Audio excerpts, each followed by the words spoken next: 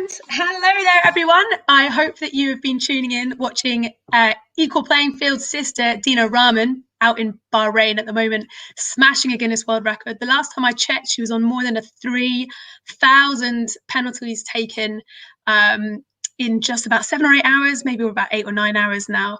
The existing record that she was trying to beat was about 1,111, if I remember correctly. So she's already smashed it.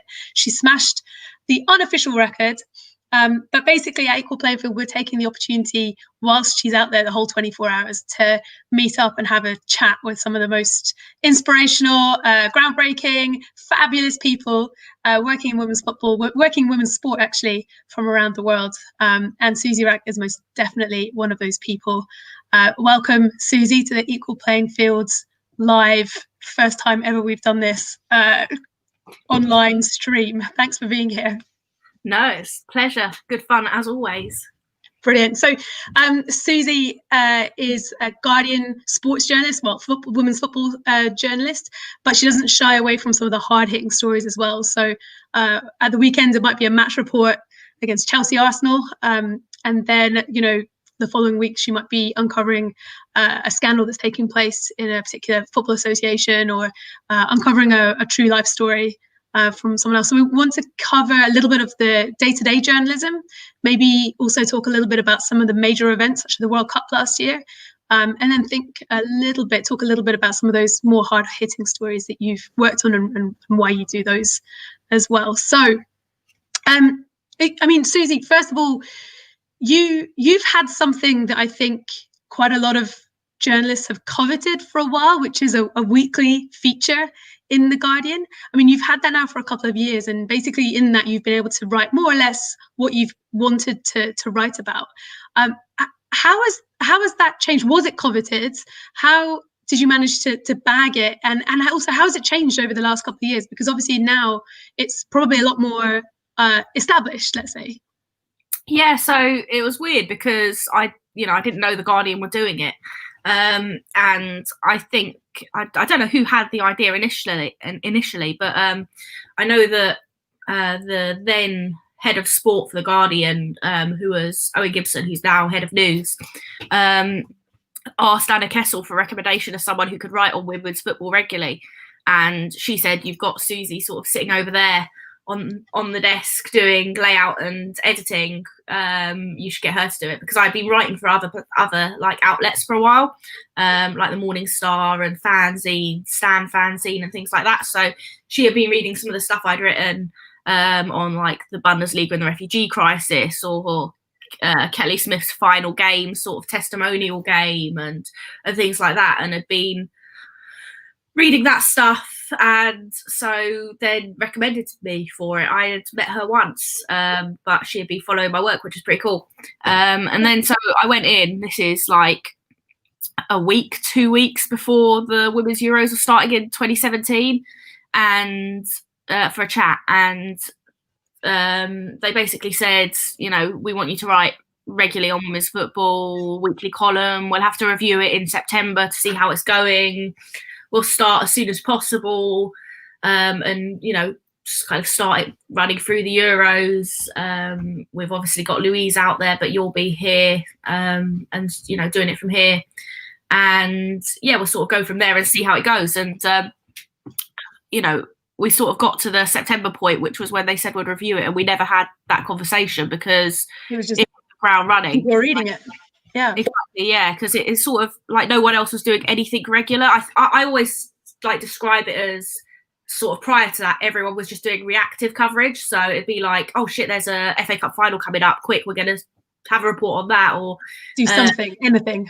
Or, oh, there's the World Cup now. We'll suddenly up a bit of interest. But that was the point at which the first national newspaper went, we're going to have weekly coverage regardless of what's going on, right? So like, then they gave me for completely free reign over it to do what I wanted. And like at that point, I hadn't actually written masses about women's football. I'd always followed it because Arsenal ladies train in the park opposite me. I'm an Arsenal fan, so I grew up like with Arsenal women, like right there on my doorstep.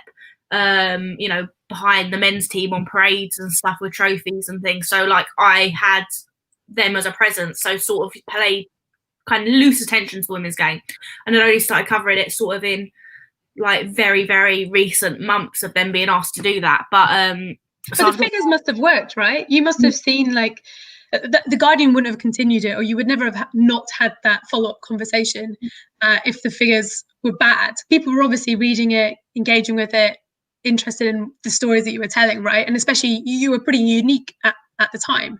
Yeah. So have you seen like the, I don't know, the numbers or the demographics change at all? Do you get access to that kind of data? Because, you know, there's that quite well-known statistic that there's more men that are interested in women's football than women at the moment.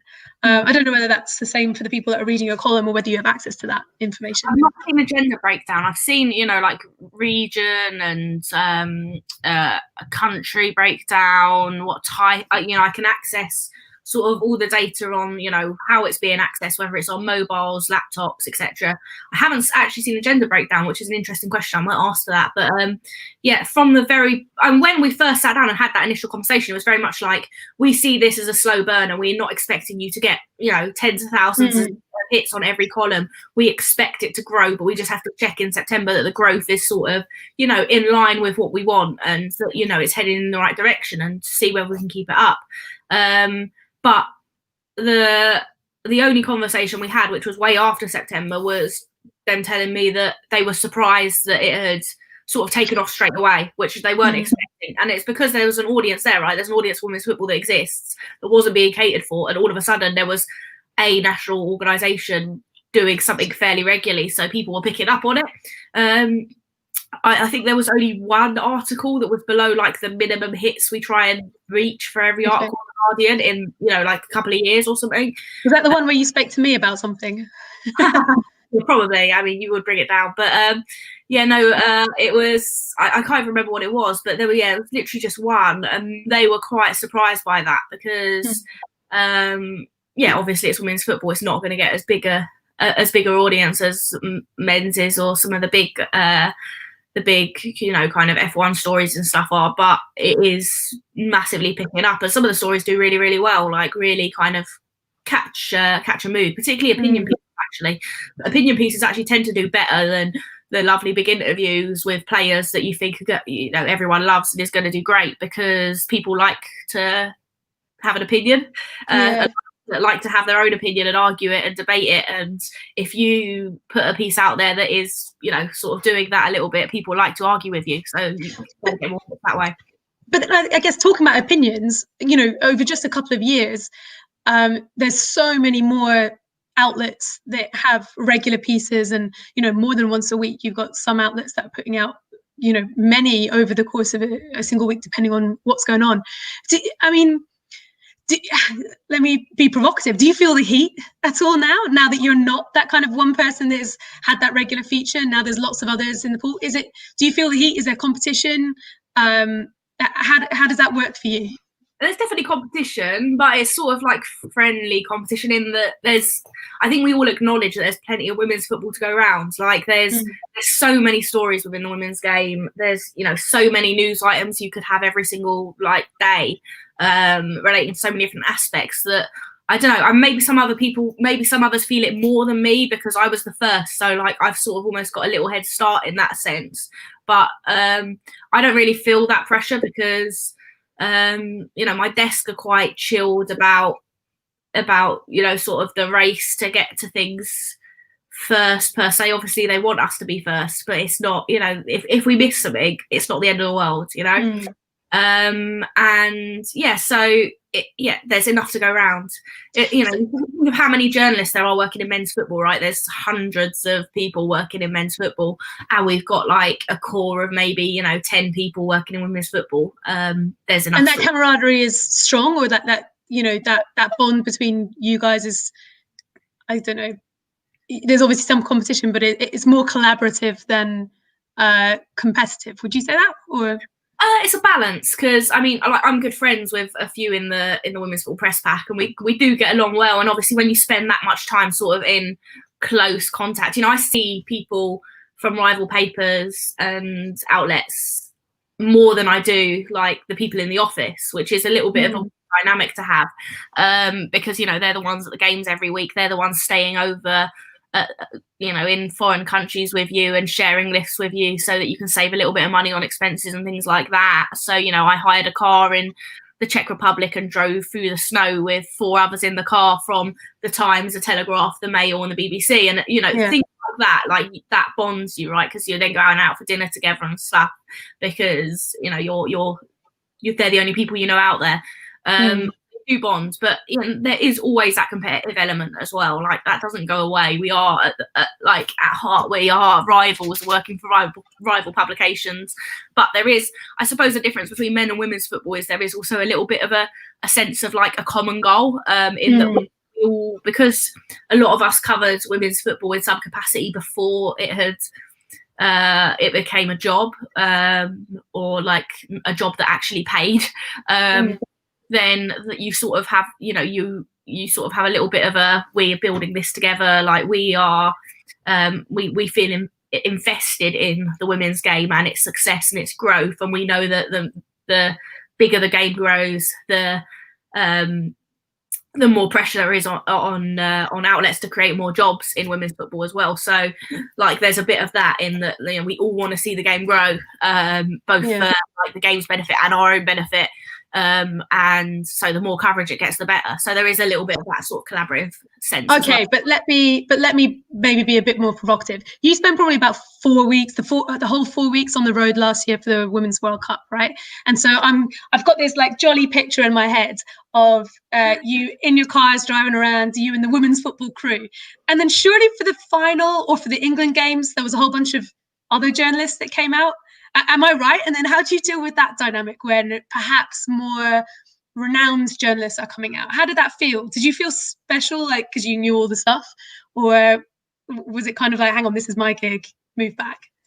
Yeah, so a load of men's journalists obviously came out, and some were there from the start and like really sort of were respectful of the existing pack and the knowledge that we have of the women's game. The likes of Ollie Holt and Paul Hayward at the Telegraph and Luke Edwards at the Telegraph, people like that were really like, and Martin Lipton at the Sun, very, very respectful of our knowledge, deferring to us, asking us questions, but in a, not an irritating way, which sometimes it can be, a sort of like, expectation that you should help. Sometimes you get, but those lot were really, really good, really respectful.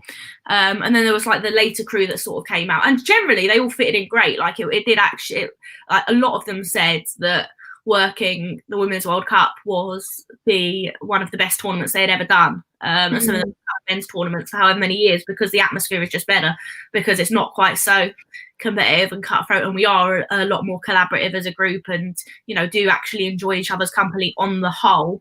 Obviously from a work point of view, when I've got Sean Ingle coming out towards the end as England are getting further through the groups, there could be a sense of frustration, but I was very lucky in that before I even went, I was told that he was going to come out, and I was told that my role would not change as a result. So I had that reassurance to my desk from the off, so that like the editors called me up and they were like, just so you know, we've also accredited Sean and Amy, but you and Louise will always be match report and sidebar. One of you doing the match report, probably Louise, you doing the colour piece on England games, you doing the match reports at some of the other games you go to.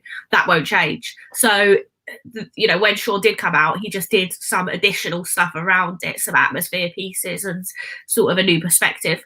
Whereas I know that other papers that didn't happen, and it was very much, the sort of big name journalist from the men's game flying out, taking the match report, and other journalists being pushed on to sort of ratings for teams and like that. And that for me is disappointing, because I mean obviously they're hugely experienced journalists with like a wealth of talent and experience behind them, and excellent writers, but you do lose the sort of the nuances of what's going on in and around the team when you haven't had someone that's followed them week in, week out in their club and their club and country roles for years. Like you can't replace that sort of background knowledge. And so I think there were probably plenty of others who were sort of frustrated by that, but I was very lucky in that I was told that I was not being affected at all, which was nice.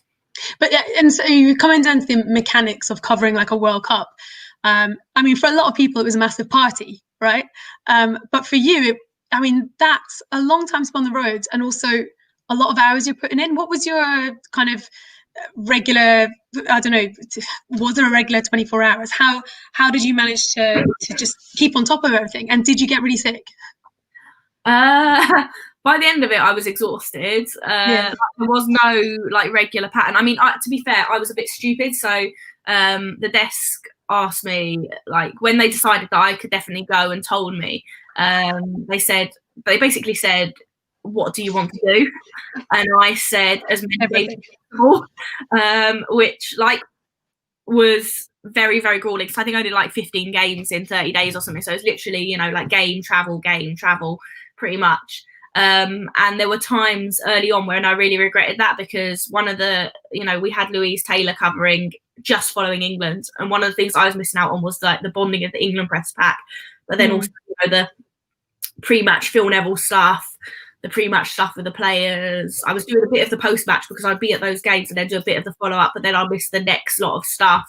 And they were, you know, like playing table tennis together and things like that. And I was heading off to Montpellier to cover Cameroon v Netherlands or something like that.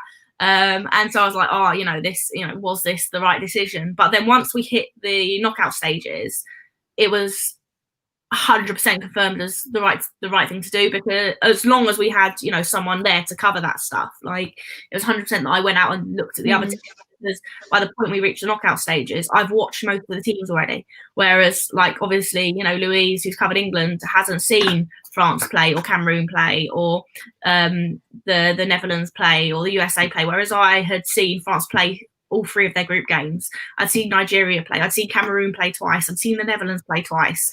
So that then became like a massive advantage for me over everyone else, because when we were preparing for, you know, say England Cameroon, everyone else is having to research intently the Cameroon team. I've watched them play twice. I've already done that research. I've seen with I'm not having to rely on Wikipedia or other people's reports to tell me who played well in that game. I know which players impressed me. I know what formation they played and how it worked and what they changed, things like that. And so that became a massive advantage. I mean, it was grueling as hell. Like, it was so tough.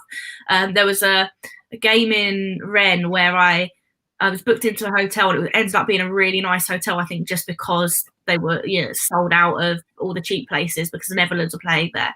And I can't remember the game. It was Netherlands-Japan. And I was there a day before, and I had like all these intentions of, you know, kind of going out and walking along the river and finding a nice place to eat. And I didn't. I stayed in bed for 24 hours and ordered service and watched Love Island and absolutely nothing else. I had a massive pile of work and I did like nothing, and it was like I really needed that day just like literally doing zero, because it all just kind of caught up with me a little bit.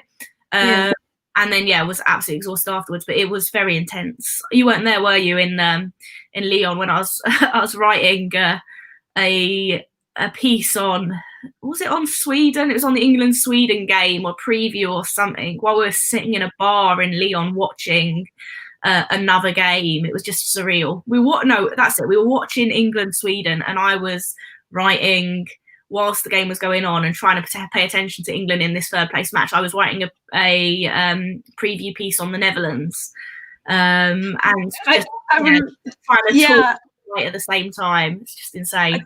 I was there, but I was also suffering because the previous night I'd been involved in some kind of strange attack in the middle of the night in Lyon. And that was it's a very bizarre situation. But everyone from Equal Playing Field was also kind of exhausted because we'd just finished our Guinness World Record. And I forgot to mention, actually, Suzy has a Guinness World Record with Equal Playing Field, where she and the majority of the press pack following the England team came along and played in our biggest ever five-a-side game in the world. So Suzy, you're one of, I think, 807. There you go. So Suzy has her own Guinness World Record. And so that's, we were in Lyon together at the same time last year. Suzy, some things that kind of bug me a little bit, but I get asked this a lot, a little bit less now, but definitely at the end of last year was the World Cup game changing? Has everything changed in women's football because of the World Cup? But I often felt like that was being asked by people that didn't know that there had been World Cups previously. And there's that really interesting statistic, which is that in general, women's sport coverage is only 4% of sports coverage, and it rises to a massive 10% during a World Cup or during a major event. So still, even when there's a Women's World Cup on, it's still only 10%. I'm just wondering about whether you think anything was different from France 2019 compared to maybe the World Cup in Canada before, or is this just part of a ongoing trajectory? How do you feel about where we are now and where we're going? I always talk about the big tournaments as the like sort of qualitative turning points on the sort of like sliding growth. So you get like it's this steady growth, but then each major tournament there's a sudden little leap and it continues on that trajectory a little bit. And obviously there's things that set it back slightly, like, you know, global pandemics and that kind of thing. But I think that tournaments do play a role at shifting the narrative a little bit and just I suppose speeding up the pace of change. I do think the World Cup had a big impact. I mean, if you look at even the World Cup compared to Euros 2 years before that, we had Louise Taylor at that Euros and that was it. And I was doing my column, having just started, almost them testing me out a week before the Euro started, and that was it. And then there was barely anyone else out there. You know, there was a load of really, really fantastic independent journalists out there, and a few other nationals sent one person maybe at best, as England reached the later stages and stuff, but it was very slim. And then you're looking at the coverage of England for the World Cup just 2 years later, and you've got myself and Louise out there for the entire thing. We also sent out Sean Ingle. We also had Sophie Lawson covering the early Scotland games for us.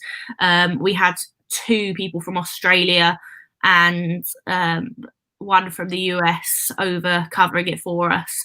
So we had like 7-8 journalists covering that, whereas the Euros, like I say, it was just Louise. And obviously, you know, Euros to Worlds is different scale of event, but similar to the World Cup in Canada, that was just Louise. And we weren't the only ones. You know, the Telegraph had 4 journalists out there covering England from the very, very start of the tournament. The Sun had a journalist there. The Mirror had journalists there. The Independent had journalists there. The Times had at least 2, and then sometimes 3 or 4 there. So it was like a big change in that respect, in that the coverage was definitely greater because there were physically more journalists there to see it. And I think that has then helped spill the attention wider beyond the tournament, because all those journalists still talk about it and have written about it and still refer to it in, like, you know, when they're discussing, you know, key events from that year or that time. Even in men's football, you know, a lot of the male journalists will refer to the Women's World Cup as a game changer, have become, you know, like fond of a lot of the women's players and things, that has made them want to interview them more and keep an eye on their careers. Or, you know, Ian Herbert has been covering for the Daily Mail, was out there the whole time, has been covering the WSL a lot this season. And so I think that has helped change things. And then from a sponsorship point of view, you've had, you know, like Visa massively on board behind this World Cup and putting quite a lot into it, sponsoring a team of their team Visa players, extending their sponsorship into the Women's Champions League. Barclays coming on board with the Women's Super League, and I think that is all as a result of the impact of the World Cup and how many people watched it, and people just seeing that there is a marketplace there for women's football as a result of it. And that's not to say that they wouldn't have come to that conclusion necessarily anyway. I just think it helped them get there a little bit faster, because you've got this very like quantifiable number of people watching this tournament at one point in time, that makes it a lot more easier for people to monetize, I suppose. And I think that's the success of that tournament was probably the key to, you know, the likes of Manchester City, Manchester United, Real Madrid, AC Milan, etc. Like, sort of investing more heavily and being more committed to women's football, even though Manchester United announced just before, and really like deciding to take it seriously. Yeah, it's a bit like legitimacy. So if it's on TV, if it's on free to view, I think is also really, really important. So people accidentally start finding themselves watching a women's game because they switched on the TV and there it was. And I think that helps the legitimacy. This is a product. There is visibility. There are journalists covering it. It's on the television. Therefore, it's a legitimate space to then further invest in. I feel like that and the normalization of female sports stars on our screen is kind of like that's what we're trying to create, and that's what draws people in and keeps on, as you said, ticking it up on the scale. But I actually want to step away from football for a moment and talk about some of the other quite harrowing or quite upsetting stories that you yourself have broken as well. I mean, aside from kind of, like I said at the start, covering Chelsea v Arsenal at the weekend, you're also working with on cases around the world and trying to shed light on some bigger picture stories. The one that really stands out for me is obviously the Afghanistan case, where you can talk us through it, but essentially it was a case around rape from the president of the Afghan Football Association, rape of his own national team players. That's led to his expulsion from FIFA.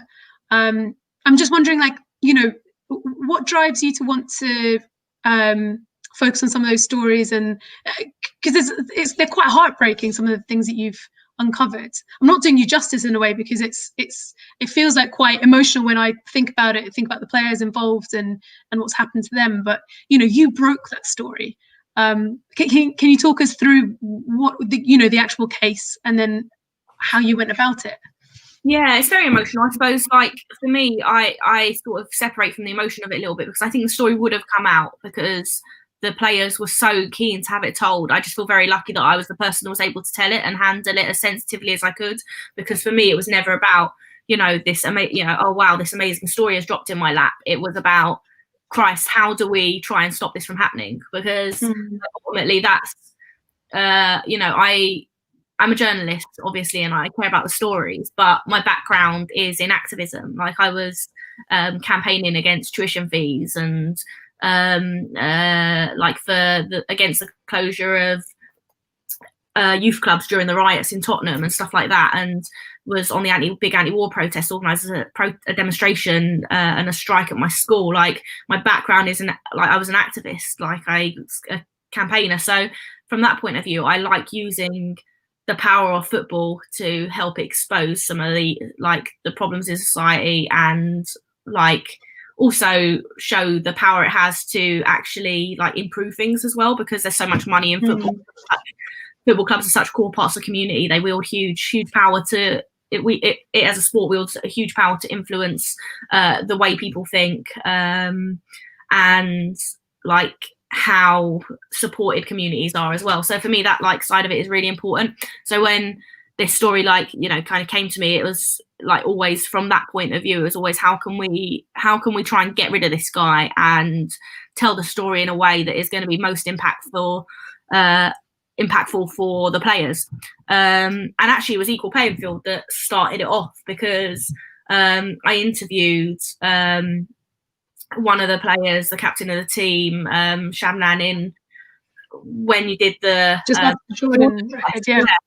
And so I had interviewed her about Afghanistan, about being captain of the team, about what it was like, football was like in the country. I interviewed a couple of the players from Jordan separately as well, and very loosely kept in touch with Shabnan. And it was 9-10 months down the line that I saw her and some of the other players tweeting about contracts they'd been asked to sign and had refused to sign and been kicked off the team as a result, and it just sounded really dodgy. So I dropped her a message just like, what's going on here, like what's happened, can we do something about it, do you want to have a chat?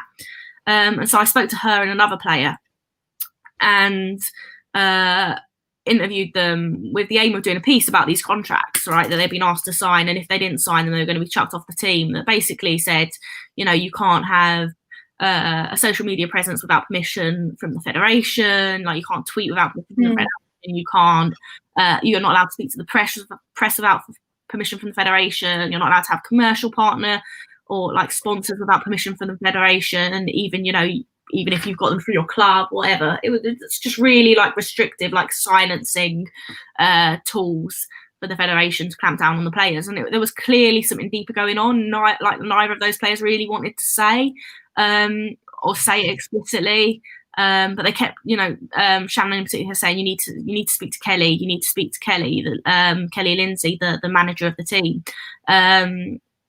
Kelly can, tell you more.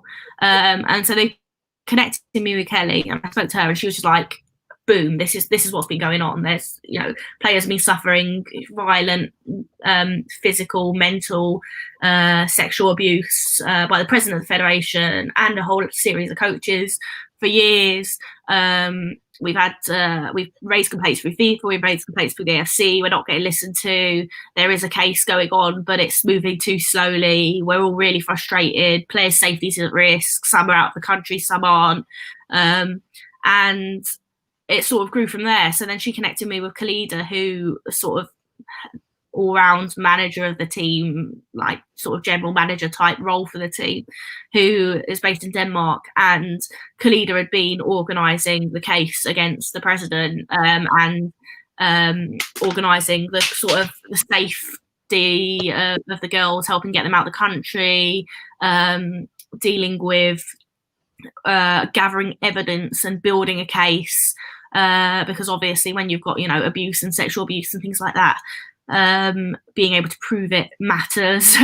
So she did as much work as she could, sort of building that side of things. And basically it was Khalida, me, Kelly, Shabnan, and that group of girls together that exposed the case and put it in the spotlight. And then obviously we had a couple of weeks after we'd broken the case where it really exploded and took on real life in Afghanistan, and the president got suspended and things like that. But then there was this sort of the president himself was like putting out a bit of a propaganda campaign in the country about the fact that Kelly and Khalida and Shabnan, none of them are based in Afghanistan. This is women that have been kicked off the team, just disgruntled and frustrated about what they're doing. And we're like, wait a minute, no, we cannot let this narrative be out there. Time to actually get some of the voices of the victims in the press. So that's when I spoke to 5 victims and interviewed them one at a time separately, and built up a picture of the stories that they've been going for, which was really, really hard because it's via translation and stuff, which, when you're asking questions about violent sexual abuse, it's very, very hard to know when you're pushing too far with a question or something, if you can't like read them or what they're saying and the way they're saying it. So that, like, I found that quite difficult, is like the not being able to be empathetic when you feel it's needed, and to like manage your questions carefully based on your sort of how they're responding to it. But like what they all had was just like an absolute steely determination to expose the guy. They all knew they were at risk, and we were very, very careful. My editors were really, really careful that we didn't put anything in there that was going to like sort of jeopardize their anonymity. But they were just had this incredible determination to like final straw, want to do something about it. And then that's the probably that aspect of the story that had the biggest impact, was the kind of gritty details about what this guy had been doing at the federation, on federation property, for decades seemingly. I mean, the bravery that those young women had in order to tell those stories, because it was at grave risk to them, risk their families. it feels like sometimes there's a huge amount of pressure put on the shoulders of the victims in this case, but also the athletes themselves. When, you know, one of the biggest levers that this guy was using was, well, you're not going to play for the national team unless this happens. So there's a huge interesting power dynamic that was evident there, and then you've also worked to uncover that kind of dynamic in other situations as well. But it always comes back down to like bravery of individuals that are kind of standing up, standing up for themselves, but also with a view to protecting others as well, a kind of selflessness as well. Is that what you've seen in the other cases that you've looked at, that you've covered? Yeah, definitely. And it sort of had to be that because the mechanisms within federations and confederations and in FIFA are not there for people to be able to report stuff like in a safe and secure manner. So it does come down to individuals like taking a bit of a risk, Carolina Rozzo speaking out in Colombia against the abuse of the under-17s team there. She was a physiotherapist, and it sort of has reached that point where it has to be that, because there are no reporting mechanisms. The Afghanistan team told FIFA, they wrote to they told people at FIFA and they told people at the AFC, and nothing was done. 38, 39 provincial presidents in Afghanistan wrote to FIFA 2 years before the abuse was exposed, complaining of corruption of the president and the general secretary of the federation, and complaining of abuse of girls and boys. And that complaint went completely ignored because they just don't look at complaints in detail unless they have proof. But you've got, kind of close to 38, 39 provincial presidents of the federation writing to you, signing a letter with their thumbprints on, telling you that this is going on, and you don't investigate it. And that's the problem, isn't it? That's why it's having to fall on these individuals. And obviously, not everyone feels brave enough to speak out. So there's going to be dozens, hundreds of cases, no doubt, where people have just stayed quiet because they don't have the courage or the support system, or the sort of, this is the last straw, I just can't take it anymore, or like belief of those that do end up speaking out, which are the minority. A lot of these feel like they're governance challenges, with that particular case in Afghanistan. But it does highlight that every so often things become so serious that an individual athlete is going to not put themselves first, speak up, talk about something in order to change something.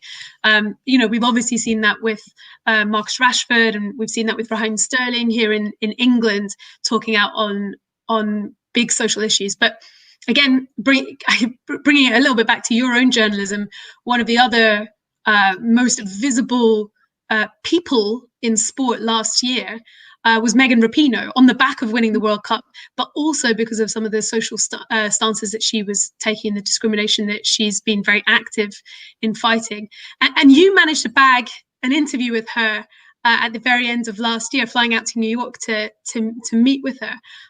She's been so forthright and visible on an international stage. How was she in person with you? And how did you come away from that thinking, yeah, she's all right, or were you still full of admiration for the work that she's been doing?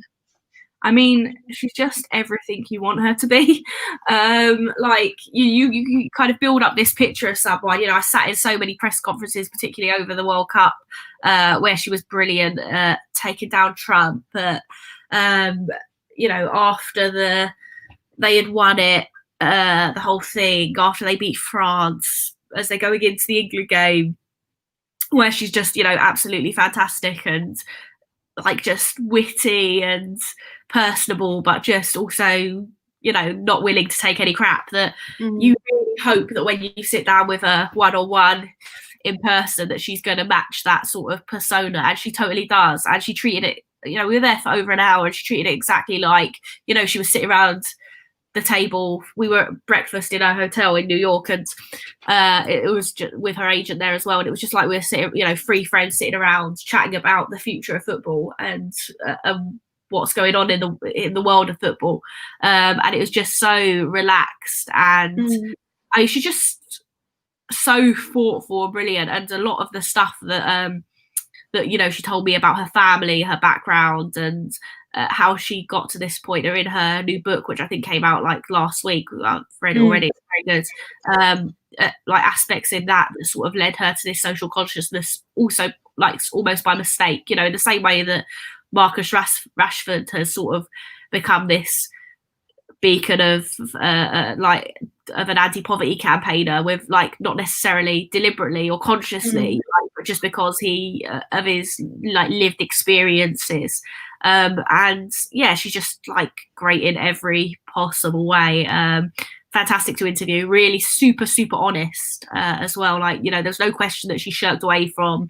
There's like never a point at which she's like, I'm not sure I want to answer that. She will just say it, and say it brutally honestly, and you know, kind of says, why would I try and be anything other than what I am in an interview? Like, people think they know me, why not let them actually know me? And authenticity has become a bit of a buzzword, hasn't it? But it seems like with her, it's very, very genuine. Oh yeah, and she just like, I mean, obviously, you know, she's just very, very honest about wanting to be the best, about wanting to be able to buy her gold Rolex and things like that, and feeling like she deserves it and stuff, which is like insanely refreshing. You know, not every woman has to be in women's football because they want to change the world and stuff as well. And she, like, but at the same time, she's got this incredible platform and just wants to use it as much as humanly possible to project good causes to the fore and pioneer the growth of the game. I mean, I think in the opening of her book, she's like pretty much says it's the only you know, like the only reason people are going to criticize me for riding on the crest of a wave and publishing this book now and things like that. She said, I totally am doing that. Like, I am totally taking full advantage of every opportunity I've been given to be able to talk about the issues that I want to talk about. And I like, you can't ever say that she's wasted a single opportunity to talk about equality or social justice in any way. And that's, yeah, like, obviously from someone who comes from a campaigning background to then sit down with someone who kind of agrees with you, like you, so wholeheartedly on those kind of issues is just like really refreshing as well, which makes for a better. I think it's probably more fun, like I'm assuming, for like her to be interviewed by someone who actually gives a crap about that as well, rather than just an interviewer who is looking at it for, oh, this is just a really lovely story, but someone who actually genuinely cares that she's using her platform in this way. I suppose that's probably helps too. Yeah, refreshing is definitely the word that it was just in my mind before you said it. But I have to wrap up now because we're going to be moving on with some other interviews with some other people. But even just speaking to you just briefly, I mean, we've already covered things like your day-to-day work covering, you know, the Women's Super League and other domestic football, and then we kind of scan back out to the major global events like the World Cup, and then onto those major social issues, which I think are just so important, and they just need telling, because for all the progress we see on our TV screens here in England, you know, we're so far removed from some of the realities in other countries. And then zooming into those interviews with the big people that you've managed to have, like with Rapinoe. Your job sounds amazing. Like, I mean, like, it's hard. Like, there's, you know, I've been writing articles until like 3 a.m. and stuff, and like that can be really stressful. And like driving to and from Lee Sports Village in a day, which is like a 9-hour round trip starting at 6 a.m. and that kind of stuff, that's less fun. But ultimately, it is like everything I do, I love. So I can't complain at all. Like, it is the best job. I'm super lucky to be able to do it. So fun.